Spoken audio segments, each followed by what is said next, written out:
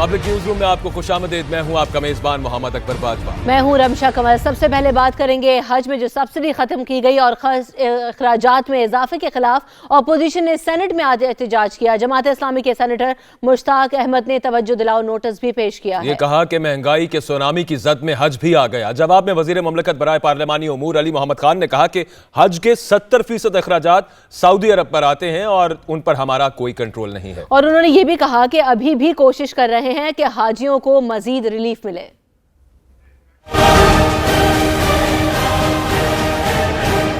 हज इखराजात में इजाफा आज सेनेट में हुकूमत पर तनकीद का बाइस बना रहा। अरकान सेनेट ने हज अखराजात में इजाफे को हाजियों पर ड्रोन हमला और उन्हें हज से रोकने की कोशिश करार दे दिया। सेनेट इजलास में हुकूमत की हज पॉलिसी 2019 में सब्सिडी न देने से मुतल्लिक जमात इस्लामी के सेनेटर मुश्ताक अहमद ने तवज्जो दिलाओ नोटिस पेश किया। हज अखराजात में इजाफे पर एहतजाज भी किया। जमात इस्लामी के रुकन मुश्ताक अहमद ने कहा कि हुकूमत की पहली हज पॉलिसी मायूस कुन है। महंगाई के सुनामी की जद में हज भी आ गया है। सेनेटर मुश्ताक अहमद ने कहा कि मदीना की रियासत के दावेदार लोगों को मक्का मदीना की जियारत से रोक रहे हैं। पीटीआई हुकूमत की ये पहली हज पॉलिसी है और ये वो हुकूमत है जिसने कहा था कि हम मदीने की रियासत बनाएंगे। इस वजह से आवाम को बड़ी तवक्कुआत थी इनको कि कम से कम ये जो हमारी दीनी उमूर हैं और हमारी मजहबी उमूर हैं इसमें न सिर्फ ये हमें सहूलियात देंगे बल्कि उसके साथ साथ रियायत भी देंगे। तवज्जो दिलाओ नोटिस के जवाब में वजीर मुमलिकत बराए पार्लिमानी अमूर अली मोहम्मद खान ने कहा कि हमारी अब भी कोशिश है कि हज अखराजात पर रिलीफ मिल जाए, लेकिन हज के 70% अखराजात सऊदी अरब में आते हैं जिन पर हमारा कोई कंट्रोल नहीं। हमारी ख्वाहिश थी और अब भी ये ख्वाहिश है कि इजाफा ना हो। कुछ वजूहात की बुनियाद पे वो ना किया जा सका, वो मैं आपको बताता हूँ। अब भी हमारी ख्वाहिश है कि इसमें रिलीफ मिल जाए। 70% अखराजात जो हैं आपके हज के वो सऊदी अरब में ही आते हैं और उस पर फिर हमारा कोई कंट्रोल नहीं होता। अली मोहम्मद खान ने कहा कि सऊदी अरब में हज अखराजात में 50% तक इजाफा हुआ है। हज पर अमारत के अखराजात बढ़कर 94,000 हो गए। ट्रांसपोर्ट पर किराया बढ़कर 13,000, खाने के अखराजात बढ़कर 38,000, मदीने में रिहाइश के अखराजात बढ़कर 40,000, लाजमी हज चार्जेस 70,000 और कुर्बानी के अखराजात भी बढ़कर 19,000 हो गए हैं। 8,000 रुपए जो आपके बिल्डिंग अकोमोडेशन के 2017 में लग रहे थे वो सऊदी अरब में, जिस पे हमारा कंट्रोल नहीं है, सऊदी अरब हमसे उसके 94,185 हमसे अब वो चार्ज करेंगे। सलवात ट्रांसपोर्ट पे 9,280 रुपए हम उनको दे रहे थे जो अब 13,104 हमें देने पड़ेंगे सऊदी अरब में। 23,200 रुपए मदीना अकोमोडेशन चार्जेस थे जो 23,000 से 40,000 सऊदी अरब में हम पे बढ़ा दिए गए हैं। वजीर मुमलिकत ने कहा कि इलेक्शन के बाइस गुज़श्ता हुकूमत ने हज अखराजात में इजाफा नहीं किया। ये रंग देना दुरुस्त नहीं कि हाजियों को हज से रोका जा रहा है। हुकूमत की अब भी कोशिश है कि हाजियों को रिलीफ मिले। और वफाकी वजीर बराए मजहबी उमूर नूरुल हक कादरी का कहना है कि साहिब इस्तिताअत लोग ही हज करते हैं। जिसके पास पैसे हों वो हज के लिए जाएगा। मदीने की रियासत फलाही रियासत होती है जिसका मकसद अवाम को खुशहाली देना है, मुफ्त हज कराना नहीं। वफाकी वजीर ने यह भी कहा कि हज पर सब्सिडी बरकरार रखने की तजवीज़ दी थी लेकिन वजीर आजम और काबीना ने मुस्तरद कर दी। वजीर आजम और काबीना का फैसला मंजूर है और वफाकी वजीर ने हुकूमत से नाराजी की तरदीद भी कर दी और ये कहा कि इख्तलाफात का तासुर सरासर गलत है। गुज़श्ता रोज काबीना इजलास के दौरान फोन आने पर मैं बाहर गया था, नाराजी किसी किस्म की नहीं। ये हमारी वजारत की और हम सब की का ये ख्याल था कि हम इसको सब्सिडाइज करें। हमारा प्रपोज़ल ये था जिससे कैबिनेट ने और प्राइम मिनिस्टर ने इत्तेफाक नहीं किया और उनका ख्याल था कि ये 4-5 अरब जो हम किसी की फरीज़ हज जो कि साहिब इस्तिताअत पर फ़र्ज़ है उसको देते हैं, उसकी बजाय हम कोई हस्पतालों पे ख़र्च करे, स्कूलों पे ख़र्च करे, माशरे की हालत बेहतर बनाने पे ख़र्च करे। वो कैबिनेट की राय थी और जब कैबिनेट का फ़ैसला होता है वो सबका फ़ैसला होता है, हमें वो फ़ैसला हम उस फ़ैसले के हिस्सा हैं। और लीगी रहनुमा मरियम औरंगजेब ने हज अखराजात में इजाफे की मजम्मत की। उन्होंने कहा कि मौजूदा हुकूमत ने अखराजात को नून लीग के दौर से दुगना कर दिया और नून लीग हुकूमत ने हर हाजी को 40,000 रुपए की सब्सिडी दी थी। ये कहा कि पहली हुकूमत है जिसने हज पर कोई सब्सिडी नहीं दी। हुकूमत अवाम को रिलीफ देने में मुकम्मल नाकाम हो चुकी है। क्या कह रही थी सुन लीजिए। تو مریم اورنگزیب نے آج شدید تنقید کا نشانہ بنایا اور حج اخراجات پر وہ تنقید کر رہی تھی کہ اضافہ جو کیا گیا اس کی مذمت کی، اور انہوں نے کہا کہ نون لیگ کی حکومت نے ہر حاجی کو 40,000 کی سبسڈی دی، اور پہلی حکومت آئی جس نے عوام کو ریلیف نہیں دیا اور حج میں سبسڈی بھی نہیں دی، اور مکمل طور پر یہ حکومت ناکام ہو چکی ہے۔ مریم اورنگزیب آج تنقید کر رہی تھی، اس کے علاوہ تمام حکومت کی طرف اپوزیشن کی طرف سے حکومت پر یہ تنقید کی گئی کہ حج پر سبسڈی آخر ختم کیوں کی گئی ہے۔ اس پر حکومت کا یہ سامنے موقف آ رہا ہے کہ حج ایک ایسا فریضہ ہے جو صرف صاحب استطاعت لوگوں پر فرض ہے، تو اس پر سبسڈی کیوں دی جائے۔ 40,000 روپے کی سبسڈی تھی۔ نور الحق قادری صاحب جو کہ وفاقی وزیر ہیں مذہبی امور کے، انہوں نے بھی یہ کہا کہ ہم نے سفارش تو یہ کی تھی کہ سبسڈی دے دی جائے، لیکن چونکہ حج صرف صاحب ثروت لوگوں پر فرض ہے، اس وجہ سے کابینہ اور وزیر اعظم نے اس سفارش کو مسترد کر دیا، اور ریاست مدینہ کا انہوں نے یہ کہا کہ اس میں مفت حج کرانا کوئی فرض نہیں ہے۔ یقیناً، اور یہ بتا بھی دیا گیا کہ حج اخراجات میں چونکہ اضافہ ہو گیا ہے، 70% تک جو اخراجات ہیں وہ سعودی عرب میں آتے ہیں حج کے۔ تو علی محمد خان صاحب نے آج اس پر بریفنگ دی کہ ہر چیز مہنگی ہو گئی ہے، چاہے وہ رہائش ہو، چاہے وہ کھانا ہو، چاہے وہ دیگر انتظامات ہوں، ٹکٹس ہوں، تو وہ ساری چیزوں کی جو مہنگائی ہو گئی ہے اس کی وجہ سے وہ ساری چیزیں اب اس کی وجہ سے یہ حج میں اخراجات میں اضافہ ہوتا نظر آ رہا ہے۔ اپوزیشن لیڈر فردوس شمیم نقوی یہ کہتے ہیں کہ حج قرض یا سبسڈی سے نہیں ہوتا، اور دین یہ کہتا ہے کہ جو صاحب ثروت لوگ ہیں وہی حج کے لیے جائیں۔ بالکل، انہوں نے یہ کہا کہ ملک کو معاشی صورتحال کا سامنا ہے اور اس سال کفایت شاری کر لی جائے۔ ہر سال سعودی حکومت حج 10% مہنگا کرتی ہے، یہاں تو لوگ رشوت لے کر بھی عمرے کرتے ہیں۔ حج مہنگا ہوا، بالکل صحیح کہہ رہے ہیں، حج مہنگا ہوا۔ پہلے سمپل حساب، ہر سال سعودی حکومت حج کو 10% مہنگا کرتی ہے۔ 40% گورنمنٹ کوٹا، 60% پرائیویٹ کوٹا، یا الٹا ہے، ون آف دا ٹو۔ وہ جو جا رہے ہیں ان میں ایسے بھی ہیں جو 14 لاکھ روپے کی حج کر رہے ہیں، ان کو سبسڈی دی جائے۔ حج ایک واجب فریضہ ہے، زندگی میں ایک دفعہ کرنے کا فریضہ ہے۔ جو صاحب ثروت ہیں جائیں، کہ حج کے لیے سبسڈی دی جا سکتی ہے۔ یہ اسلامک آئیڈیالوجی کانسیپٹ، ہم نے ساری عمر یہ سنا تھا حج قرضہ لے کے نہیں کر سکتے آپ۔ حج زندگی میں اگر آپ کے اوپر کوئی ذمہ داریاں ہیں جیسے بچوں کی شادی، پڑھائی، یہ سب جو آپ کے مقروض ہیں، تو آپ کو حج کے اللہ میاں نے معافی دی ہوئی ہے۔ کہا ہے کہ جو صاحب ثروت ہو اس پہ حج کرنا لازم ہے۔ یہ کب کہا ہے کہ حکومت سے قرضہ لے کے اور سبسڈی کر کے حج ہونا چاہیے؟ 5 وقت کی نماز پڑھو، رشوت لینی بند کرو، داڑھی رکھ کے جھوٹ بولنا بند کرو۔ حج سے کچھ نہیں ہوتا، یہاں رشوت لے کے لوگ عمرے کرتے ہیں۔ ارے کردار بلند کرو، کردار ادھر بھی ہو سکتا ہے صحیح۔ جو صاحب ثروت ہیں وہ جائیں، یہی دین کہتا ہے۔ اور آپ یہاں شور مچ رہا ہے حج مہنگی کر دی۔ پی ٹی آئی رہنما صداقت عباسی صاحب ہمیں جوائن کر رہے ہیں، ان سے سارے معاملے پر بات کرتے ہیں۔ صداقت عباسی صاحب، سب سے بڑی تنقید یہی ہو رہی کہ حج سبسڈی ختم کر دی۔ پچھلی دور میں، پچھلی حکومتوں میں ہم نے دیکھا کہ وہ سبسڈی دی جاتی تھی، اس پر شدید تنقید ہو رہی ہے، کیا کہیں گے اب آپ اس وقت؟ نہیں، ٹھیک ہے، آئیڈیلی اسپیکنگ جو ہے وہ سبسڈی ملنی چاہیے۔ آج ایک ایسا فریضہ ہے کہ جو ہر بندے نے ادا کرنا ہوتا ہے، لیکن ملک کے حالات ہیں، اگر ملک مقروض ہو اور مقروض ملک میں لوگوں کے پاس کھانے پینے کی سہولتیں نہ ہوں، تو حج کی تو جو صاحب استطاعت کے لیے ہوتا ہے۔ اس لیے جو سبسڈی نہ دینے کی جو لاجک ہے وہ یہ ہے کہ مقروض کیا کسی مقروض بندے پہ حج فرض ہو جاتا ہے؟ تو لہٰذا حکومت یہ سمجھتی ہے کہ اس وقت جو صاحب استطاعت ہیں وہ حج کریں، اور جو صاحب استطاعت نہیں ہیں ان کے لیے اگر وہ مطلب چونکہ ملک اتنے قرضوں میں ہے اور سبسڈی کے پیسے نہیں ہیں، جہاں لوگوں کی غربت ہے اور غربت لوگوں کے پاس دوائیوں کے پیسے نہیں ہیں، اور ملک میں قرضوں کے انبار چلے ہوئے، اسی لیے یہ ہو رہا ہے۔ لیکن جب حالات جب ٹھیک ہوں گے تو یہ سبسڈی بحال کر دی گئی۔ ویلڈ پوائنٹ ہے سر، لاجیکل بات ہے آپ کی بھی، لیکن اب یہ اسلامی نظریاتی کونسل میں جب یہ معاملہ گیا تو وہاں پر تو انہوں نے آپ ہولڈ کیا اس بات کو کہ سبسڈی دے دی جانی چاہیے۔ اب آپ مذہبی نقطے اٹھا رہے ہیں، وہاں پر تو جو لوگ ہیں، جو مذہبی اسکالرز ہیں، وہ تو اس بات سے اگری نہیں کیا، انہوں نے کہا کہ سبسڈی دے دینی چاہیے۔ میں نے یہ نہیں کہا کہ سبسڈی دینا گناہ ہے، سبسڈی دی جا سکتی ہے، انہوں نے اپنا مذہبی نقطہ نظر بتا دیا۔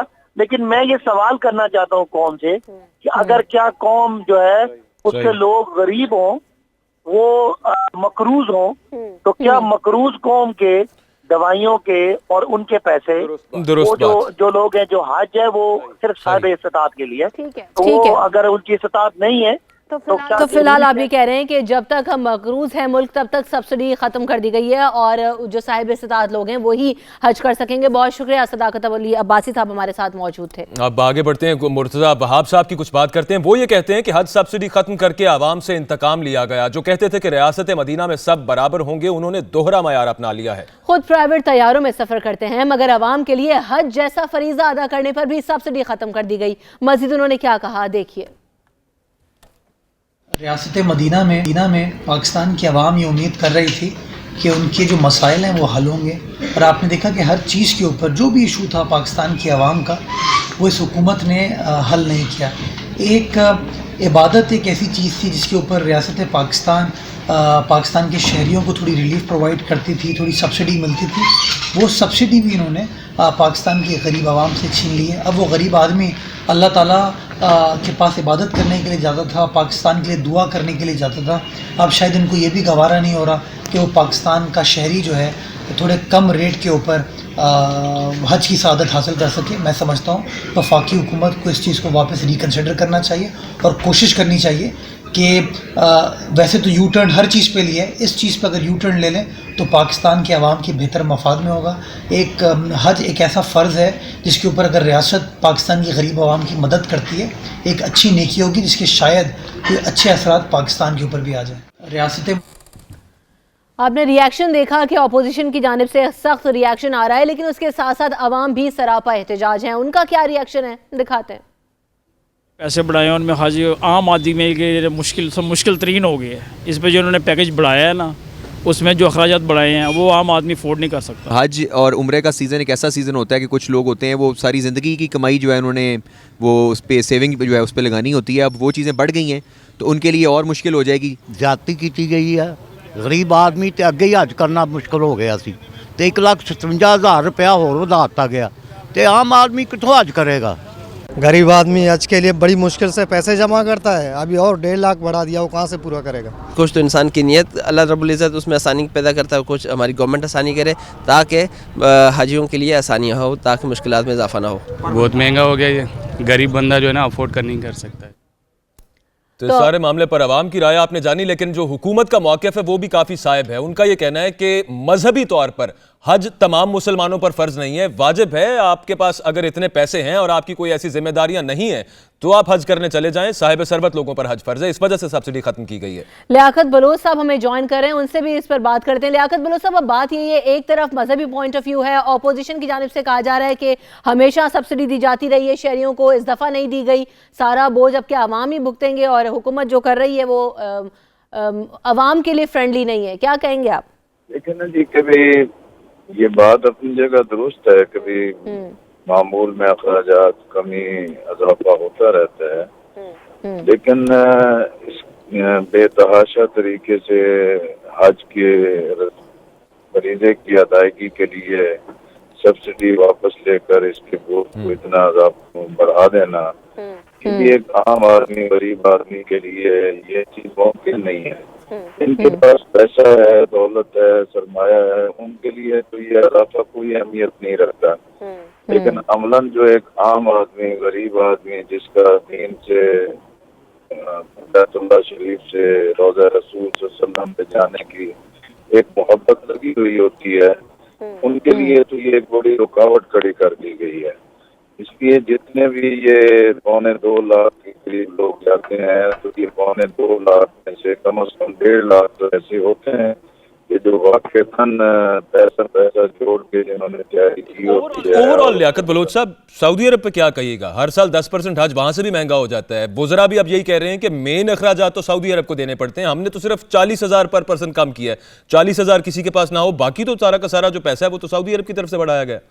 سعودی عرب کے ساتھ بھی تو یہ بیٹھ کے تو اپنے پورے مذاکرات کر سکتے ہیں, باقی ممالک بھی اس کے لیے طے کرتے ہیں اور باقی ممالک بھی ان کے ساتھ, جیسے اب یہ ہمارے ہاں ایک فیس کا اضافہ کیا گیا ہے, یہ بات چیت کر کے ختم کر لی, لیکن پاکستان حکومت چاہے پچھلی حکومت تھی یا اس حکومت تھی, اصل چیز ہے کہ ترجیحات کیا ہے.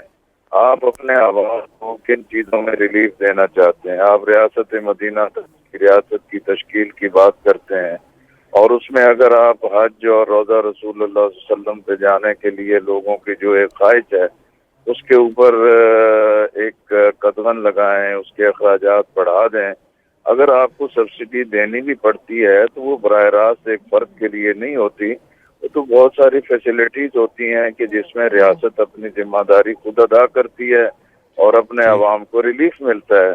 تو اس ریلیف کو تو یہی سمجھنا چاہیے کہ ریاست عام آدمی کے مذہبی رسومات میں ایک معاونت کرنا چاہیے. خیر سر، آج بھی وزیر صاحب نے یہی کہا، علی محمد خان صاحب نے، کہ ابھی بھی اس پہ نظر ثانی کی گنجائش ہے، کوشش کریں گے کہ اس کو ریویو کریں. اب ہو سکتا ہے اب شاید اس ڈیسیجن کو رول بیک کر دے گورنمنٹ. لیٹ سی کیا ہوتا ہے آگے. بہت شکریہ آپ کے وقت کا لیاقت بلوچ صاحب، اس سارے معاملے پر آپ اپنی رائے سے ہمیں آگاہ کر رہے تھے. ہم آگے بڑھتے ہیں، کچھ بات یہ کر لیتے ہیں کہ گزشتہ دنوں میں ہونے والے کچھ فیصلوں کے بعد اداروں کا پروسیکیوشن نظام اور قانون شہادت دونوں پر ایک بحث جو تھی وہ پھر سے تازہ ہو گئی ہے، کیونکہ سانحہ سہوال میں ایڈیشنل چیف سیکریٹری کی جانب سے سینٹ کمیٹی کے سامنے مقتولین کے بیٹے کے بیان کو صدمے کے زیر اثر ہونے کے بیان پر سوالات کھڑے ہوئے. پھر ایڈیشنل چیف سیکریٹری کے اس موقع پر کمیٹی کے رکن بیرسٹر سیف نے انہیں ٹوکا اور کہا کہ حادثے کے بعد فوراً دیے گئے بیان کی اہمیت کو نظر انداز نہیں کیا جا سکتا. اور مقتولین کے ورثاء نے جے آئی ٹی پر عدم اعتماد کا اظہار کرتے ہوئے ملزمان کی شناخت کے عمل میں حصہ لینے سے انکار کیا. اب یہاں بھی قانون شہادت کا ایک حکم ظاہر ہوتا ہے، اور وہ یہ کہ مدعی کو موقع پر موجود نہ ہونے کے باوجود شناخت کے عمل کا حصہ بننے پر مجبور کیا جا رہا ہے، جبکہ یہ حقیقت پورا ملک جانتا ہے کہ واقعے میں ملوث افراد کی شناخت ایک ویڈیو ہے جس کے ذریعے ہو چکی ہے آلریڈی. بالکل. اور اسی طرح سابق وزیر داخلہ احسن اقبال پر حملے کے ملزم کو بھی واقعاتی شہادتیں کمزور ہونے کا فائدہ مل رہا ہے. اسی طرح اگر ہم بات یہ بھی کریں کہ گزشتہ روز نیب کی جانب سے صاف پانی کیس کی، جس میں ملوث ملزمان کی 7 ماہ بعد ضمانت ہو گئی. نیب کی جانب سے اس کیس کے آغاز پر ٹھوس ثبوت موجود ہونے کا دعویٰ کیا گیا تھا، لیکن ملزمان کی ضمانت نے پروسیکیوشن کے عمل کی کمزوریاں عیاں کر دی ہیں. تو ایک مرتبہ پھر سے یہ بحث شروع ہو چکی ہے، اور عمران خان صاحب جو یہ کہہ چکے ہیں کہ وہ تمام قوانین، ایسے قوانین جن میں سکم موجود ہیں، ان پر نئے ریفارمز ہو سکتے ہیں. تو خاص طور پر اس چیز کی طرف ہم توجہ دلانا چاہتے ہیں کہ بہت سارے کیسز صرف ویک پروسیکیوشن کی وجہ سے، کمزور پروسیکیوشن کی وجہ سے اپنے منطقی انجام کو پہنچ نہیں پاتے. گناہ ہو گیا ہوتا ہے لیکن قانون کے مطابق، اور خاص طور پہ اگر ہم قانون شہادت کی بات کریں، ایڈمیسیبل ایویڈنس کو مد نظر رکھتے ہوئے، تو بہت ساری جگہوں پر خاص طور پہ ایویڈنس کلیکٹ کرنے کا جو معاملہ ہے، پہلے تو اس میں ہماری جو ایجنسیز ہیں، لا انفورسنگ ایجنسیز، وہ کافی ویک ہمیں نظر آتی ہیں کہ اس طرح سے ایویڈنس کلیکٹ نہیں کیا جاتا. پھر اس کے بعد جو قانون شہادت ہے اس میں کئی سارے سکم ایسے موجود ہیں جن کا فائدہ اٹھا لیا جاتا ہے ملزمان کی طرف سے. عارف چودھری صاحب ہمارے ساتھ موجود ہیں، ماہر قانون سے بھی بات کرتے ہیں. عارف چودھری صاحب، بات یہی ہو رہی ہے کہ قانون سازی کی بات ہوئی، لیکن ابھی تک کچھ ایسا سامنے نہیں آیا. جو ایویڈنسز کلیکٹ کرنے کی بات ہے، آگے اس کو پروسیکیوٹ کرنے کی بات ہے، سب میں کوتاہیاں ہیں جس کی وجہ سے سارے کیسز پینڈنگ ہوتے ہیں اور وہ چیزیں کنٹروورشل ہوتی جا رہی ہیں. تو اب کس چیز کی ضرورت آپ سمجھتے ہیں سب سے زیادہ، اور کہاں سے آغاز کریں؟ سب سے پہلے تو ہمیں یہ چاہیے کہ جو ہمارا سول پروسیجر کوڈ اور کرمنل پروسیجر کوڈ ہے، یہ دونوں 1898 کے ہیں، یعنی 1 صدی سے زیادہ کا عرصہ انہیں ہو گیا. اور پھر یہ ہے کہ تاج برطانیہ نے یہ قوانین یہاں کے حالات کے اس وقت کے مطابق بنائے تھے. اب بہت ساری چیزیں جو ہے یہ بدل گئی ہیں. ہمیں سب سے پہلے تو اسے آسان اگر کرنا ہے اور لوگوں کو ہمیں جلد اور سستا انصاف دینا ہے اور اسپیڈی جسٹس دینا ہے، تو دونوں ضابطے جو ہیں ان کو ہمیں ریویو کرنا ہوگا، اور اس میں جو بہت ساری ایسی چیزیں جن کی کوئی ضرورت نہیں ہے انہیں نکالنا ہوگا.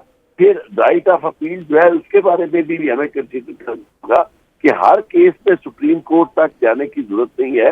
بہت سارے ایسے کیسز ہیں جن کے بارے میں آپ رائٹ آف اپیل جو ہے وہ ہائی کورٹ تک متعین کر سکتے ہیں، فکس کر سکتے ہیں کہ ہائی کورٹ جو ہے وہ فائنل اس میں ہوگی، کورٹ ہوگی، فائنل ورڈ ہائی کورٹ کا ہوگا. اچھا عارف چودھری صاحب، ایک چھوٹی سی بات، یہ بالکل درست بات آپ نے کی کہ سول پروسیجر کوڈ ہو گیا، کرمنل پروسیجر کوڈ ہو گیا، ان میں ہمیں جو ریفارمز کرنے کی یا تبدیلیاں لانے کی ضرورت ہے وہ تو اپنی جگہ پہ ہو جائے گا. ایویڈنس کلیکشن کی اگر بات کی جائے، اتنا اب مسئلہ ہی موجود نہیں ہے اسٹیٹ کے پاس، اتنا پیسہ موجود نہیں ہے کہ ان کی ٹریننگ کرائی جائے جو آلریڈی ہمارے اہلکار وہاں پر ہیں. یہ تو پھر بڑا دور کا کام لگتا ہے، کیونکہ ایویڈنس کلیکشن اٹ سیلف بہت امپورٹنٹ چیز ہے.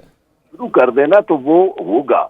ابھی سب سے بڑی پریشانی اور تکلیف والی بات یہ ہے کہ کسی بھی گورنمنٹ نے اسے اپنی پرائرٹی کے طور پر نہ لیا اور نہ کام شروع کیا ہے. یعنی آپ اسٹار تو کریں نا، دنیا بھی آپ ابھی تو ٹاسک فورس بنی ہوئی ہے اور لوگ اپنے حالات کے مطابق اور جدید دور کے تقاضوں کے مطابق اپنے قوانین کو تبدیل کر رہے ہیں. ہم وہیں کے وہیں بیٹھے ہیں، چونکہ ابھی تک پاکستان میں آپ اندازہ کریں کہ فورینزک سائنس جو ہے वो बतौर सब्जेक्ट के इंट्रोड्यूस नहीं हुआ। आपको फोरेंसिक साइंस की लेबॉर्टरी जो है सिर्फ एक पंजाब में मिलती है, बाकी आपके सूबों में फोरेंसिक साइंस की लेबॉर्टरीज नहीं है। फिर इन्वेस्टिगेटर्स जो है आपने उनकी किसी की ट्रेनिंग नहीं की प्रॉपर, यानी आप प्रोसिक्यूशन को अलहदा भी आपने कर दिया है यानी इंतजामी पुलिस से, लेकिन इसके बावजूद वो इंतजामी पुलिस सिर्फ पंजाब में है सर, बाकी जगहों पे तो पुलिस ऑर्डर 2002 का नफाज ही नहीं है। इन्वेस्टिगेशन और जो आपके ऑपरेशंस हैं वो सिर्फ पंजाब में अलग हुए हैं। बाकी और फिर बात ये भी है कि जो सानया साहिवाल हुआ उसके बाद तो बहुत सारे सवाल निशान खड़े हो गए, क्योंकि वीडियो एविडेंसेस मौजूद होने के बावजूद आप मुल्जिमान को नहीं पकड़ सके, और जिस तरीके से कवर अप करने की कोशिशें की जा रही हैं, वो जो बुलेट्स हैं उनके खोलना फराहम करना फॉरेंसिक लैब्स में, तो बहुत सारी चीजें सामने आ रही हैं जहां पर लैब्स मौजूद हैं। तो इन लैब्स में सबसे पहले तो आपको अपनी पुलिस फोर्स जो है उसकी ट्रेनिंग से भी पहले आपको लॉज जो है वो आपको नए बनाने होंगे, और उसमें आप देखें आप कितने अरसे के बाद आपने पुलिस रिफॉर्म्स के हवाले से इनेक्टमेंट की, वो भी पंजाब में, और उसके बाद आपने फिर किसी और बाकी सूबों ने कहीं उसे ऑप्ट किया। आप कोशिश अभी कर ही नहीं रहे कि जदीद तकाजे क्या है। और अच्छा आरिफ चौधरी साहब, आप देखें ना यहाँ पर एक बात मैं करूंगा कि सुप्रीम कोर्ट के चीफ जस्टिस साहब कहते हैं कि देखिए जी नीचे सच्ची शहादतें नहीं आ रही, लिहाजा हम लोगों को बरी करना पड़ता है। भाई सच्ची शहादतें कब आएंगी? उस सूरत में आएंगी जब पूरा सिस्टम तब्दील होगा, यानी पुलिस का जो एसएचओ है वो वही है। आरिफ चौधरी साहब आप वकील हैं, आप खुद आपने ये स्टोरी बार बार सुनी होगी, चीफ जस्टिस साहब की जिस स्टेटमेंट की आपने बात की, ये सदियों से स्टोरी चल रही है। जाली पुलिस मुकाबला होता है, वो कहते हैं जी हम एक जगह शनाख्ती ले जा रहे थे, इनके साथ ही आए, उन्होंने फायरिंग की, हम बच गए, ये मर गए। हमेशा ये स्टोरी चल रही है, जजेस को ये सब कुछ पता है, लेकिन हमेशा ये स्टोरी कोर्ट में बिक भी जाती है। ये फिर कैसी बात है? थोड़ा सा फिर यहाँ पर बार कोर्ट्स पर भी आता है ना, उन्हें पता होता है कि ये एक झूठी स्टोरी है, उसके बावजूद क्यों मान ली जाती है हमेशा? जस्टिस है उसकी सही मानों में उन्होंने कहा है कि जस्टिस आप करें, और उसमें सब्सटेंशियल जस्टिस जो है उसको भी करें। टेक्निकल जस्टिस नहीं है कि आप सिर्फ चाहते जो है वो इस तरह नहीं, आपको नजर आ रहा है कि इसमें वकूआ हुआ है और कातिल जिसके खिलाफ पाया गया वो उसने कत्ल किया है। आप अगर मामूली उसमें लैप्सेस हैं तो उसका फायदा देकर उसे छोड़ने की बजाय कोशिश ये करें कि कम अज कम यानी आप ये भी तो समझें कि जो FIR दिखाने वाला है, जिसका बंदा यानी जिसका कत्ल हुआ है, उसके भी तो राइट्स हैं। उसको आपने यानी स्टेट जो है जिसने अभी अपनी जिम्मेदारी पूरी नहीं की वो लॉ में को तब्दील करने की, और या उस तरह यानी उसने एविडेंस एक्ट में तब्दीलियां नहीं की या पुलिस फोर्स नहीं सही बनाई, तो उसकी सजा जो है वो आप उस शख्स को दे रहे हैं कि जनाब आपका कत्ल हो गया है, अजना हो गया है, बड़ी डाका पड़ गया है, तो उसके लिए जनाब वो हैरान हो रहा है कि जनाब मेरे के साथ वकूआ हुआ है और मैंने सही मुल्ज़िम जो है लिखा है। आगे FIR लिखने वाला तो पुलिस वाला है, उसने किस तरह की लिख दी है, सब कुछ होते हुए जनाब बंदे घर आ रहे हैं। तो ये वो चीजें हैं कि जिसकी तरफ कोर्ट को भी देखना होगा, और ओवरऑल ये जिम्मेदारी फिर सबकी है, ना सिर्फ कानून बनाने वालों की, नाफिज करने वालों की, बल्कि अदलिया की भी। लेकिन सबसे इंपॉर्टेंट बात जो आरिफ चौधरी साहब कर रहे थे वो ये कर रहे थे कि कम अज कम इस मामले पर बहस जरूर स्टार्ट होनी चाहिए, और आगे इसमें क्या रिफॉर्म्स होने चाहिए इस पर एक डिटेल डिबेट पाकिस्तान में अब स्टार्ट होना जरूरी है। आगे बढ़ते हैं, बात करेंगे वजीर आज़म इमरान खान से। डॉक्टर ग्रुप मलेशिया के बोर्ड चेयरमैन इज्जत कमाल ने मुलाकात की, और मुलाकात में चेयरमैन सरमायाकारी बोर्ड हारून शरीफ, मलेशियन हाई कमिश्नर समेत दीगर हुकाम भी शरीक हुए। चेयरमैन डॉक्टर ग्रुप ने वजीर आजम की काविशों को सराहा, और चेयरमैन इज्जत कमाल ने कहा कि ग्रुप पाकिस्तान में $2.5 अरब की सरमायाकारी करना चाहता है। इस मुलाकात में क्या डिस्कस हुआ, किस किस सेक्टर में सरमायाकारी करना चाहता है ये ग्रुप, हमारे नुमाइंदे टिका खान सानी मौजूद हैं साथ, उनसे जान लेते हैं। जी टिका। जी बिल्कुल, ये मलेशियन ग्रुप जो है एडिक्टो ग्रुप, इसने मुलाकात की है। इसके बोर्ड ऑफ डायरेक्टर्स के जो चेयरमैन है इज्जत कमालुद्दीन, उनकी वक्त की सूरत में वज़ीर आज़म से मुलाकात हुई है। इसमें मलेशिया में जो मलेशियन हाई कमिश्नर है पाकिस्तान में, वो भी इसमें शरीक थे, और साथ ही हारून रशीद और दीगर जो पाकिस्तानी हुकाम हैं वो भी इसमें शरीक थे। $2.5 अरब की सरमायाकारी ओवरऑल ग्रुप ने बताया कि वो पूरी दुनिया में करने की ख्वाहिशमंद है, और उन्होंने पाकिस्तान की जो पॉलिसियाँ हैं खासतौर पे मौजूदा वज़ीर आज़म की, उनको सराहा है, और वीजा पॉलिसी को नरम करने के हवाले से जो सरमायाकारों को यहाँ पे तरगीब दी जा रही है, उनके लिए मराहत का ऐलान किया जा रहा है, उसको सराहा है। और साथ ये पेश कर दी है मलेशिया की तरफ से कि वो डिजिटल पाकिस्तान का हिस्सा बनना चाहते हैं, जिसमें हर तरह की मुआवनत करेंगे, चूँकि वो IT के शोबे में और दीगर शोबों में इन्वेस्टमेंट कर रहे हैं। और एडिक्टो ग्रुप की तरफ से ऑफर जो है वजीर आज़म ने कबूल कर लिया और मजीद इसको उनको फैसिलिटेट करने के हवाले से एक ग्रुप बनाने की ऑफर किया और वो ग्रुप जो है पाकिस्तान में दीगर सरमायाकारों को भी मराद दे रहा है और साथ ही मॉनिटरिंग कर रहा है। आज इस मुलाकात में बहुत अहम डेवलपमेंट ये हुई है कि डिजिटल पाकिस्तान का हिस्सा बनने के लिए मलेशिया की जो ऑफर है वो पाकिस्तान ने कबूल कर लिया और इसको बिल्कुल आगे बढ़ाने के हवाले से अब हिकमत अमली तय की जाएगी। बिल्कुल, तो हिकमत अमली यकीनन तय की जाएगी और एडिक्टो ग्रुप पाकिस्तान में 2.5 अरब की सरमायाकारी जो है वो करना चाहता है। इसी हवाले से आज ये मुलाकात हुई जिसके बारे में आप हमें अपडेट कर रहे थे। टिका खान सानी, आपका बहुत शुक्रिया। एक ब्रेक लेते हैं यहाँ पे पब्लिक न्यूज रूम में, वापस आएंगे कुछ और स्टोरीज के साथ, हमारे साथ जुड़े।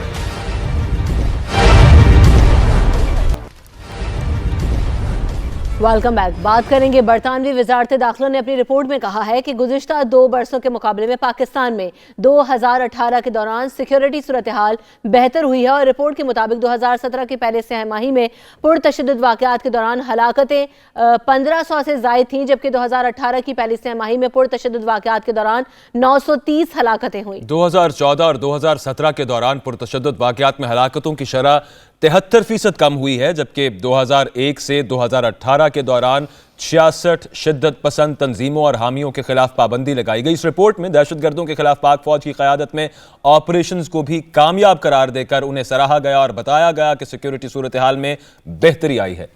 तो इसी पर बात करते हैं। जनरल रिटायर्ड मोइनुद्दीन हैदर साहब हमारे साथ मौजूद हैं। हैदर साहब, अब ये जो हम देख रहे हैं कि बेहतरी आई है, गुज़िश्ता 2 बरसों के अंदर सिक्योरिटी सूरत हाल बेहतर हुई है, जो ऑपरेशंस किए गए उसमें कई कबायली अपने घरों को वापस गए और बतदरीज सूरत हाल बेहतर हुई, कैसे देखते हैं आप? जी हाँ, मैंने रिपोर्ट पढ़ी है, ये मेरी नजर से अच्छी रिपोर्ट है, पॉजिटिव रिपोर्ट है और उन्होंने कहा है कि पाकिस्तान ने काफी हद तक काबू पाया है और कराची शहर जो बहुत अरसे से डिस्टर्ब चला रहा था वहाँ भी अमन कायम हुआ है, वहाँ कत्लो गारत खत्म हुई है, सिक्योरिटी की सिचुएशन बेहतर हुई है और आगे भी मजबूत आगे जो है हालात बेहतर होते हुए नजर आ रहे हैं। तो ये तो हम भी देख रहे हैं, पाकिस्तान में खुद भी बैठ के यहाँ जो है तजर्बा हमारा यही है कि इसमें इम्प्रूवमेंट लगातार आ रही है और लेकिन अभी तक काम आगे और होना बाकी है। यकीनी तौर पे काम आगे होना सर बाकी। आप नेशनल एक्शन प्लान के बारे में क्या कहेंगे, मतलब उस पर इम्प्लीमेंटेशन कितनी जरूरी है और आप समझते हैं कि उस तरह से हो पाई, उस पर इम्प्लीमेंटेशन जिस तरह से था एक इरादा किया जाएगा उसको इम्प्लीमेंट और इसको सस्टेन करने के लिए उस पर क्या कहेंगे आप? नेशनल एक्शन प्लान को रिविजिट करना जरूरी है, उसको अपडेट करना जरूरी है, उसमें हार्ट्स एंड माइंड को विन करने के लिए police reforms, prosecution service, investigation, jail system, अदालत, लोअर अदालतों का निजाम, ये सब चीजें ओवरऑल होनी जरूरी है। जो लिखी हुई है उस पर जीरो काम हुआ है, बहुत कम काम हुआ है। तो इसलिए पूरे नेशनल प्लान को रिविजिट करना चाहिए और बदले हुए हालात में कि हमको आगे किस तरह चलना चाहिए उसको फर्दर इम्प्रूव करना चाहिए। चलिए मोइनुद्दीन हैदर साहब, एटलीस्ट ये तो अच्छा हुआ कि जो रिपोर्ट आने के बाद जो पाकिस्तान का एक सॉफ्टवेयर इमेज है और जो बाहर तस्वुर किया जाता है कि यहाँ बहुत ज़्यादा दहशतगर्दी हो रही है, हालात अब तक दुरुस्त नहीं हुए, तो एक वो जो सॉफ्टवेयर इमेज है, जो बेहतर हालात हैं वो पैदा होंगे और फिर जो ये हुकूमत टूरिज्म की बात करती है कि लोगों को ज़्यादा से ज़्यादा पाकिस्तान लेकर आया जाए, तो ये यकीनन मुआवनत करेगी ये रिपोर्ट उसमें इंशाल्लाह। इससे हमारा टूरिज्म भी इम्प्रूव होगा। बिल्कुल। अच्छा जनरल साहब, ये फरमाइएगा आप, इसको ये जो इम्प्रूवमेंट आई है इसे सस्टेन करने के लिए और इसको और बेहतर करने के लिए आप क्या समझते हैं? चीदा पहले 2-3 नकात क्या बातें होनी चाहिए जो अभी नहीं हो रही और होनी चाहिए? देखिए, इसमें सिक्योरिटी ने अभी 1-2 ऐसे वाकयात हो गए हैं कि जिसमें कोई लोग पर्सन मिसिंग कर दिए जाते हैं या कोई पुलिस अपना ज्यादा अपना ताकत इस्तेमाल करके बेगुनाहों को मार डालती है। तो ये चीज जो है तो ठीक होना जरूरी है और बेहतर कोऑर्डिनेशन चाहिए इंटेलिजेंस एजेंसीज की और सिक्योरिटी के दरमियान और पुलिस की रीट्रेनिंग थोड़ी ज्यादा जरूरी है, तो उससे फिर बेहतर नतीजे हासिल हो सकेंगे। ओवरऑल सर, जो टर्फ वॉर्स हुआ करती थी, यही जो हम लॉ एनफोर्समेंट एजेंसीज की बात कर रहे हैं, आप समझ रहे हैं जो टर्फ वॉर्स का क्या मामला रहा है, आप समझते हैं कि उसमें कुछ इंप्रूवमेंट आई है, कोऑर्डिनेशन कुछ बेहतर हुई है और जो पहले इस तरह के रिजर्वेशंस रहते थे वो कुछ कम हो पाए? ये पहले से बहुत बेहतर हुई कोऑर्डिनेशन और मेरे ख्याल में अच्छी कोऑपरेशन के साथ चल रहे हैं। नेक्टा का रोल आप कैसे देखते हैं सर? किसका? NACTA is not so active. NACTA तो कोई नजर नहीं आती, ना उसका कोई खबर आती है, ना कोई पता चलता है, ना नेशनल सिक्योरिटी एडवाइजर की कोई खबर आती है। یہ اور آج کل نیشنل سیکورٹی کاؤنسل بھی نہیں مل رہی جو کیبنٹ کے بعد نیشنل سیکورٹی ہے کافی عرصے سے. آئی تھنک ان چیزوں کو تو اگر ان اداروں کو بھی ایکٹیو کر دیا جائے تو معین الدین حیدر صاحب یقینی طور پر بہتری آ سکتی ہے. تو اس پر یہ ایکٹیویشن یا اس پر سیریسنس کیوں ہم نہیں دیکھ رہے ہیں اس وقت؟ اس پہ آئی تھنک پرائم منسٹر صاحب کو اس پر توجہ دینی چاہیے اور انٹریم منسٹر کو ریمائنڈ کرنا چاہیے ان کو کہ سر یہ ایجنڈے میں ڈالیں اور ان کی میٹنگ کریں اور آگے اس پوائنٹ کو جو ہے نیشنل ایکشن پلان کو بھی اسمبلی میں ڈسکس ہونا چاہیے. نیشنل سیکورٹی کاؤنسل بارے سوال ہوا تھا فواد چودھری صاحب سے کچھ دن پہلے ایک انٹرویو میں, انہوں نے کہا کہ اس پر ابھی کچھ ٹائم لگے گا, اس کی فارمیشن کا ہم کچھ اور سوچ رہے ہیں, 1-2 مہینے اس پہ لگ جائیں گے. اتنا امپورٹنٹ میٹر ہے, معیشت بھی اپنی جگہ پہ بہت امپورٹنٹ, لیکن اس کے ساتھ سیکورٹی بہت جڑی ہوئی ہے. اس پر اتنا مطلب یہی کہا جائے گا کہ یہ لیک آف سیریسنس ہے اگر وہ کہہ رہے ہیں کہ ابھی 2-3 مہینے اس پہ ہم لے لیں. اور دیکھیے جو اس وقت نیشنل کمیٹی آن کیبنٹ جو سیکورٹی کی ہے جی اسی کے نیچے مل لینا, بعد میں امپروومنٹ کرتے رہے اس کی. ٹرو فی الحال تو اسی کے نیچے مل لیں. کیا ایسا ہے معین الدین حیدر صاحب کہ حالات اتنے انڈر کنٹرول ہیں, حالات اتنے بہتر ہو گئے ہیں, دنیا بھی اب سر آ رہی ہے, ساری چیزیں سامنے بھی آ رہی ہیں, دہشت گردی پر بھی کافی حد تک قابو پایا جا چکا ہے, اسی وجہ سے حکومت جو ہے وہ ابھی اس پر لینینسی شو کر رہی ہے؟ ہاں بس حکومت کو میرے خیال سے تھوڑا اس کے اوپر ابھی اور توجہ دینے کی سخت ضرورت ہے میرے خیال سے. بالکل ٹھیک بات. ٹھیک ہے جناب, یہ جو کامیابیاں پاکستان کو ملی ہیں ان کو سسٹین کرنے کے لیے حکومت کو مزید توجہ دینی چاہیے سیکورٹی صورتحال کو اور بہتر بنانے کے لیے, تاکہ پاکستان کا امیج اپنی جگہ پہ ٹھیک ہو, لیکن اس کے ساتھ ہی پاکستان کی معیشت بھی جڑی ہوئی ہے سیکورٹی صورتحال سے. جنرل معین الدین حیدر صاحب ہمارے ساتھ موجود تھے, بہت شکریہ سر آپ کے وقت کا. آگے بڑھیں گے, بات کرتے ہیں نالائی ایکسپریس وے منصوبے کی, جس پر وفاقی وزیر شیخ رشید بھی متحرک ہو گئے ہیں. ایک بار پھر شیخ رشید نے نالائی منصوبے کے حوالے سے وزیر اعلیٰ پنجاب عثمان بزدار سے ملاقات کی, جس میں نالائی ایکسپریس وے اور فلڈ چینل کے حوالے سے تبادلہ خیال کیا گیا. ملاقات کے بعد دونوں نے اس معاملے پر منعقدہ اعلیٰ سطح کا اجلاس بلایا, اس میں شرکت کی, جس میں FWO, NLC اور وزارت منصوبہ بندی کے حکام شریک ہوئے. اس اجلاس میں جو تعمیر کا تخمینہ ہے وہ 60 ارب کا لگایا گیا ہے اور منصوبے کی تعمیر پبلک پرائیویٹ پارٹنرشپ کے تحت کرنے کا فیصلہ کیا گیا ہے. لمبائی بھی بڑھائی جائے گی. اسی پر مزید بات کریں گے ہمارے نمائندے ٹکا خان ثانی ہمارے ساتھ موجود ہیں. تو ٹکا خان ثانی بتائیے گا, اب نالائی ایکسپریس وے منصوبہ ہے اور شیخ رشید صاحب ایک بار پھر متحرک ہو گئے ہیں, کس طریقے سے پلان ہوگا؟ عثمان بزدار صاحب سے کیا ملاقات ہوئی اور بات چیت ہوئی, بتائیے. جی بالکل, وزیر اعظم عمران خان نے فوکل پرسن مقرر کیا ہے شیخ رشید کو نالائی ایکسپریس وے کا, اور یہ 2 طرح کی اس پہ کنسٹرکشن ہوگی. ایک تو نالائی کے اطراف میں روڈ بنے گی باقاعدہ طور پہ, اور یہ روڈ 23 کلومیٹر کا کم از کم اس کا فاصلہ ہوگا, اور اس کی جو تخمینہ لگایا گیا ہے وہ 23 کلومیٹر کا کم از کم 50 سے 60 ارب پاکستانی جو رقم ہے وہ لگائی گئی ہے. اس حوالے سے آج خاص طور پہ ایک اجلاس ہوا ہے جس کی سرپرستی کی ہے عثمان دار, جو کہ وزیر اعلیٰ پنجاب ہے. اس کے ساتھ شیخ رشید بھی موجود تھے. عثمان بزدار کو بریفنگ دی گئی ہے اوور آل ساری صورتحال. اس میں FWO, NLC اور ساتھ ہی پلاننگ ڈیولپمنٹ کے سیکرٹری موجود تھے. یہ اس اہم ملاقات میں اس کی فیزیبلٹی رپورٹ پیش کی گئی ہے, اور خاص طور پہ شیخ رشید بہت پروجیکٹ کو شروع کرنے میں, یہ اسلام آباد سے شروع ہوگا, روڈ ہے وہاں سے شروع ہوگا, اور یہ بیچوں بیچ پورے اندرون پنڈی سے ہوتا ہوا جنڈا چیچی اور ساتھ ہی اب سواں جو اڈا ہے وہاں تک یہ اس کا فاصلہ ہوگا. اور یہ ایک تحفہ ہے جو کہ شیخ رشید کی طرف سے پہلے ہی کئی سال پہلے اس کی باقاعدہ طور پہ ایمفسائز کیا جا رہا ہے ان کی طرف سے, لیکن اب خاص طور پہ اب اس کی فیزیبلٹی رپورٹ بن چکی ہے اور فیزیبلٹی رپورٹ بن گئی ہے. ٹکا اوور آل کوئی ڈیڈ لائن مقرر کی ہے, چلیں کہ بالکل رولنگ میں آ جائے معاملہ, PC1 کب تک تیار ہو جائے گا؟ ہاں جی بالکل, چونکہ اب جلد اس کے حوالے سے فیزیبلٹی رپورٹ کے بعد اب PC1 کا عمل جو ہے وہ بھی شروع ہونے والا ہے. چونکہ یہ 2 طرح کی, ایک تو روڈ بنے گی نالائی ایکسپریس وے, اس کے ساتھ فلڈ چینل جو ہے اس کا بھی بنایا جائے گا تاکہ لوگوں کو سیلاب کی تباہ کاریوں سے بچایا جا سکے. اس میں ہر سال سیلاب آتا ہے تو کروڑوں روپے کا نقصان ہوتا ہے لوگوں کا, مالی, اس کے علاوہ جانی نقصان بھی دیکھنے کو ملتا ہے. تو یوں دونوں طرح کی اس میں کنٹرول ہو جائے گی صورتحال. ایک تو جو رش ہے اندرون پنڈی کا, تو اب فیزیبلٹی رپورٹ بن چکی ہے, انتہائی اہم منصوبہ ہے, شہریوں کے فائدے کا منصوبہ ہے, جلد اس پر کام شروع اس طرح سے ہوگا. PC1 بھی اس کا جلد از جلد مکمل کرنے کا کہہ دیا گیا حکام کو. بہت شکریہ ٹکا خان ثانی, اس معاملے آپ ہمیں اپڈیٹ کر رہے تھے. کچھ اور بات آگے بڑھ کے کرتے ہیں LPG کی, جس کے استعمال کرنے والوں کے لیے ایک بری خبر ہے. LPG کی قیمت میں 5 روپے فی کلو اضافہ کر कर दिया गया है। और ओगरा के मुताबिक घरेलू सिलेंडर 67 रुपए और कमर्शियल 250 रुपए तक महंगा होगा। तो LPG जो इस्तेमाल करते हैं उनके लिए बुरी खबर ये कि LPG अब एक बार फिर महंगी होने जा रही है और 5 रुपए फी किलो इसमें इजाफा कर दिया गया। ओगरा ये कहता है कि घरेलू सिलेंडर 67 रुपए जबकि कमर्शियल सिलेंडर 250 रुपए तक महंगा हुआ है। LPG की कीमतों में इजाफा कर दिया गया है। घरेलू सिलेंडर जो है 66 रुपये महंगा हो गया है और कमर्शियल सिलेंडर 250 रुपये तक महंगा हो गया है। अब LPG इस्तेमाल करने वालों को इस मुश्किल का सामना करना पड़ेगा। ओवरऑल सूरत हाल है क्या, आपको बताएंगे किस वजह से ये इजाफा किया गया है। राजा उस्मान ताहिर हमारे साथ मौजूद हैं, उनसे जान लेते हैं।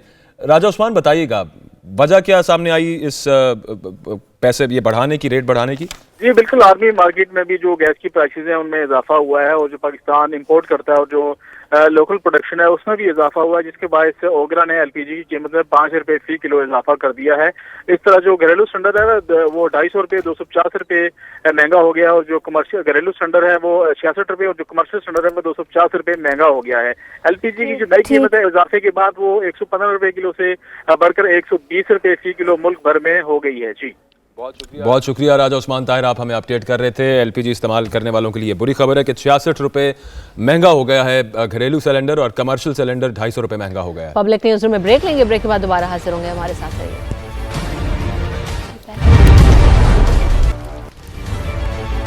प्रोग्राम में एक मरतबा फिर आपको खुशामदीद। अब कुछ बात करेंगे। वज़ीर आज़म इमरान खान की ज़ेर सदारत एग्रीकल्चर और फूड प्रोसेसिंग से मुताल्लिक एक इजलास हुआ और जिसमें वज़ीर आज़म ने कहा कि ज़राअत के शोबे का फ़रोग़ उनकी अव्वलीन तरजीह है और ज़राअत के शोबे में वफाकी हुकूमत सूबाई हुकूमतों को हर मुमकिना मुआवनत फराहम करेगी। वज़ीर आज़म ने ज़राअत के फ़रोग़ के लिए सूबों से सिफारिशात भी तलब कर ली हैं। ऐसे पर बात करेंगे, हमारे नुमाइंदे टिका खान सानी हमारे साथ मौजूद हैं। तो टिका खान सानी, बताइएगा आज इजलास हुआ है, क्या तजावीज़ ज़ेर गौर आई? जी बिल्कुल अहम इजलास हुआ है। वज़ीर आज़म चूँकि ज़राअत को बहुत फोकस कर रहे हैं, अपने इजलास में बड़ी तवज्जो दे रहे हैं। आज जो आला सतही इजलास हुआ है इसमें वफाकी वज़ीर मुमलिकत बराए फूड सिक्योरिटी वो भी शरीक हुए, इसके अलावा सूबाई हुकाम शरीक हुए। इसमें वज़ीर आज़म ने ये तजावीज़ तलब की हैं और सिफारिशात तलब की हैं सूबों से कि दोस्त ममालिक जो उनकी जानिब से टेक्नोलॉजी और दीगर मुआवनत से किस तरह पाकिस्तान इस्तिफादा हासिल कर सकता है, किस तरह इस्तिफादा कर सकता है और साथ ही इस ज़राअत के शोबे में कैसे इस्तेहकाम लाया जा सकता है और ख़ास तौर पर ज़राअत के फ़रोग़ के सिलसिले में चाइना बहुत इंटरेस्टेड है। इसके अलावा मलेशिया ने ऑफर की, दीगर ममालिक ने भी ऑफर की। तो इसमें वज़ीर आज़म ने सुबह से एक हफ्ते में सिफारिशात जो है मुरतब करने की हिदायत की और रिपोर्ट तलब की है। खुसूसी तौर पे बरामदात बढ़ाने के हवाले से वज़ीर आज़म ने कहा है कि जो मुश्किलात है उसमें हाइल वो दूर करने के हवाले से निशानदेही की जाए ताकि फौरी तौर पर उसका इकदाम उठाए। इससे कबल गुज़श्ता रोज भी वज़ीर आज़म ने आलू के जो काश्तकार हैं उनको जो नुकसान हो रहा है उसके नोटिस लिया था बाकायदा तौर पे और एक हफ्ते का टाइम भी उनको दिया था। वज़ीर आला पंजाब को उस्मान बुज़दार को हंगामी तौर पे तलब किया था और वज़ीर आज़म ने हिदायत की थी कि आलू चाहे हुकूमत को खरीदना पड़े और उसके बाद एक्सपोर्ट करना पड़े, लेकिन हम किसानों की बिल्कुल किसी तरह भी नुकसान बर्दाश्त नहीं कर सकते। तो ज़राअत जो बेसिकली पाकिस्तान की बैकबोन है उस पर तवज्जो दे रहे हैं वज़ीर आज़म इमरान खान साहब। बहुत शुक्रिया टिका खान सानी, आपने सारे मामले पर हमें अपडेट किया। आज वज़ीर आज़म की ज़ेर सदारत ये इजलास था जिसमें एग्रीकल्चर और फूड प्रोसेसिंग के हवाले से अब सूबों से सिफारिशात तलब की गई हैं। दूसरी जानिब नैब ने PAC में मौक़िफ़ इख्तियार किया है कि बेनज़ीर इनकम सपोर्ट प्रोग्राम में बेकायदियों का रिकॉर्ड नहीं मिला। शहबाज शरीफ ने कहा कि मेरे केस में आपको फौरी रिकॉर्ड मिल जाता है, मुझे तो इसलिए पकड़ लिया कहीं रिकॉर्ड गायब ही ना कर दूं। शहबाज शरीफ की बात पर इजलास में कहे लगता है। जमशेद खान हमारे नुमाइंदे साथ मौजूद हैं, उनसे बात कर लेते हैं। जमशेद, बताइएगा कौन सा रिकॉर्ड मांग रहे थे शहबाज शरीफ साहब जो नैब ने कहा कि नहीं मिला, और ओवरऑल आज का जो इजलास था उसका हवाल क्या रहा? पब्लिक अकाउंट्स कमेटी में आज जो है वसीला सेहत प्रोग्राम के हवाले से जो गैर कानूनी ठेके दिए गए थे, इस हवाले से 2 अरब रुपए की अदायगी के हवाले से जब यहाँ से उनसे पूछा गया कि ये किस कानून के तहत जो है ये ठेके दिए गए थे, तो उसका कोई मुनासिब जवाब जो था वो नहीं दिया गया। और यहाँ पे मीटिंग में बताया गया कि बोली में 8 कंपनियों ने हिस्सा लिया वसीला सेहत प्रोग्राम में, लेकिन इसको जो है यहाँ पे फिर भी जो है ना अरकान की तसल्ली नहीं हुई और चेयरमैन कमेटी ने अपने रिमार्क्स में कहा कि हम इस केस को जो FIA को भेज देते हैं और FIA 2 हफ्तों में जो है वो इस केस की जो है यहाँ पे हमें रिपोर्ट पेश करे। यहाँ पे राजा परवेज अशरफ और रोहित असगर ने केस की FIA को भेजने की मुखालफत भी की और उनका कहना था कि हर मामले को FIA और NAB को नहीं भेजना चाहिए। कमेटी को भी देखना होगा कि इससे जो है कौमी खजाने को कितना नुकसान हो चुका है और मुमकिन तौर पे हम एक जो है अलग से एक रिपोर्ट भी जमा करा सकते हैं। लेकिन यहाँ पे जो इत्तेफाक किया गया वो ये था कि इसका केस को जो है FIA को भिजवाया जाए। जमशेद, ये एक छोटी सी बात बता दीजिएगा, ये कौमी सेहत प्रोग्राम के हवाले से जो ऑडिट पैराज हैं ये हैं किस दौर के? एग्जैक्ट डेट क्या आ रही है, ईयर कौन सा आ रहा है? मतलब अगर इसमें किसी पर इल्जाम है बेकायदगियों का ही सही तो किस पर है? यहाँ पे आपने जो सवाल किया वो बहुत ही एक अच्छा नुक्ता है, जिसमें ये पीपल्स पार्टी दौर के जो थे यहाँ पे मुख्तलिफ बेकायदगियां सामने आई हैं और पीपल्स पार्टी दौर ही की बेकायदगियों की वजह से जब कहा गया कि उस दौर की जो चेयरपर्सन थी उसको यहाँ पे कमेटी में बुलाया जाए तो पीपल्स पार्टी के अरकान ने ही उसकी मुखालफत की और उनका कहना था कि ये रिवायत जो है वो गलत होगी। और इस हवाले से अगर बेहतर ये होगा कि जो बेनजीर सपोर्ट काम के यहाँ पे हुकाम बैठे हुए उनसे सवाल जवाब किया जाए। और पीपल्स बुनियादी तौर पर ये 6 साल पहले का रिकॉर्ड है जो अब पब्लिक अकाउंट्स कमेटी के इजलास में तलब किया जा रहा है। बहुत शुक्रिया जमशेद खान, आप अपडेट कर रहे थे। हम यहाँ पर ब्रेक लेंगे, ब्रेक के बाद हाजिर होंगे हेडलाइंस और दीगर इश्यूज के साथ। हमारे साथ रहिए।